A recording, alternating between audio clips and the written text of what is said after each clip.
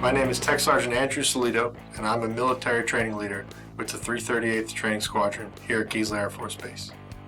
I've been in MTL for over 3 years now, and during that time, I've held a multitude of additional duties in relation to training the nation's next enlisted cyber warfighters. One of those duties is the flight lead for Airman Leaders in the Distinguished Airman Development Program. As such, I've overseen all parts of production and mentorship for the Airman Leader Corps at the 338th. I'd like to take a moment to share some information on what Airman Leaders are responsible for, what they can expect to see, some benefits associated with participation, and what prospective airmen in training can do to apply. My name's A1C Chung. I'm an airman over at the 338th Military Training Squadron. I've been a part of the squadron for 7 months now, and during that time, I've participated in the Airman Leader Corps. I am the current Red Rope at my squadron, and I would like to share my experiences with you today.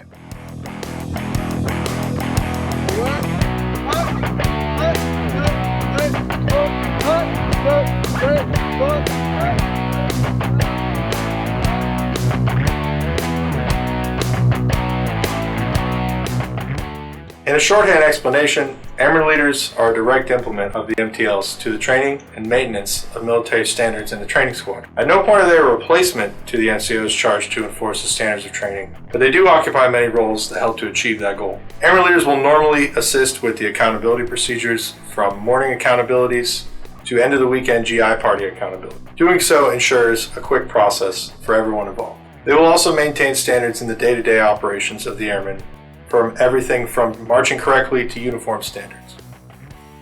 We assist the MTLs in doing morning accountability as well as help supervise GI Party, which is the squadron cleanup at the end of every weekend. However, I think our biggest responsibility is being a positive influence for our fellow airmen. Tech school can be a difficult transition for people. Living in the dorms affords us a much more intimate knowledge about our fellow airmen and allows us to notice problems before the MTLs do.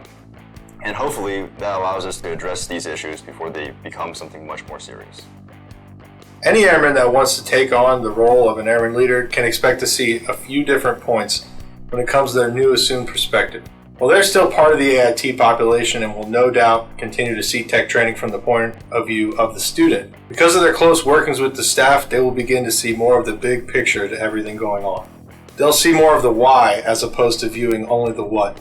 We encourage them to utilize this broadened perspective as a tool to help them move their peers to success.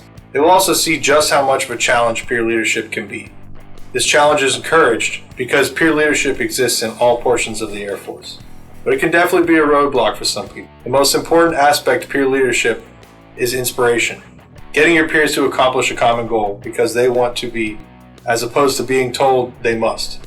This is why we take time to find the right type of person to take on these tasks.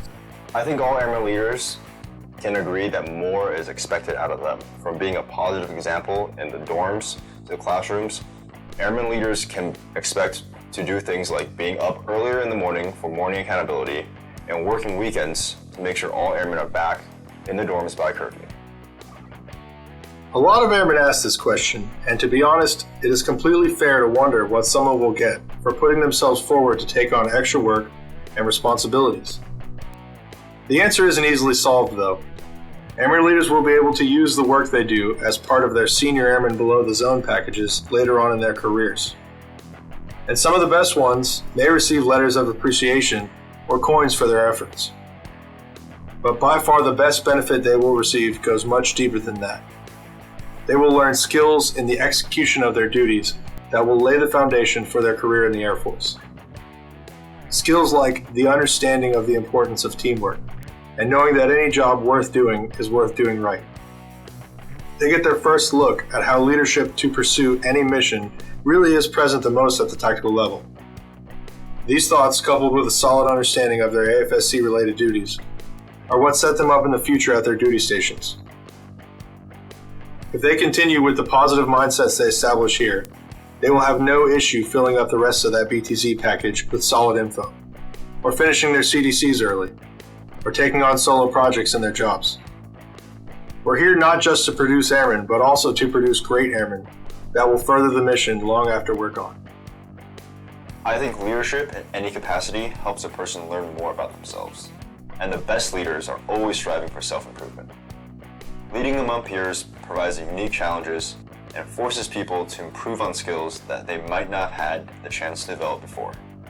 This environment also affords airman leaders to make mistakes without any serious consequences.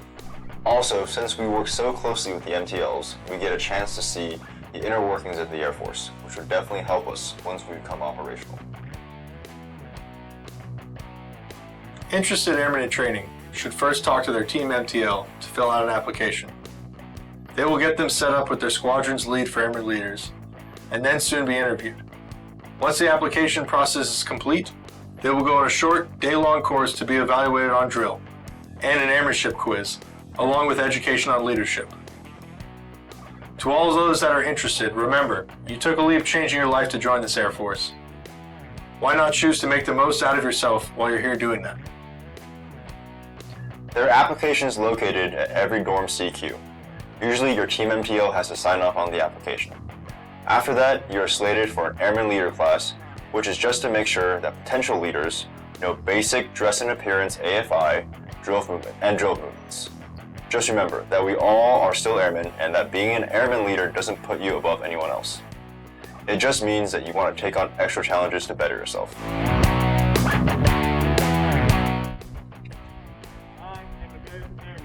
I am a warrior. I have answered my nation's call. I am an American airman. My mission is to fly, fight, and win. I am faithful to a proud heritage, a tradition of honor, and a legacy of valor. I am an American airman, guardian of freedom and justice. My nation's sword and shield, its sentry and avenger. I defend my country with my life. I am an American airman. Wingman, leader.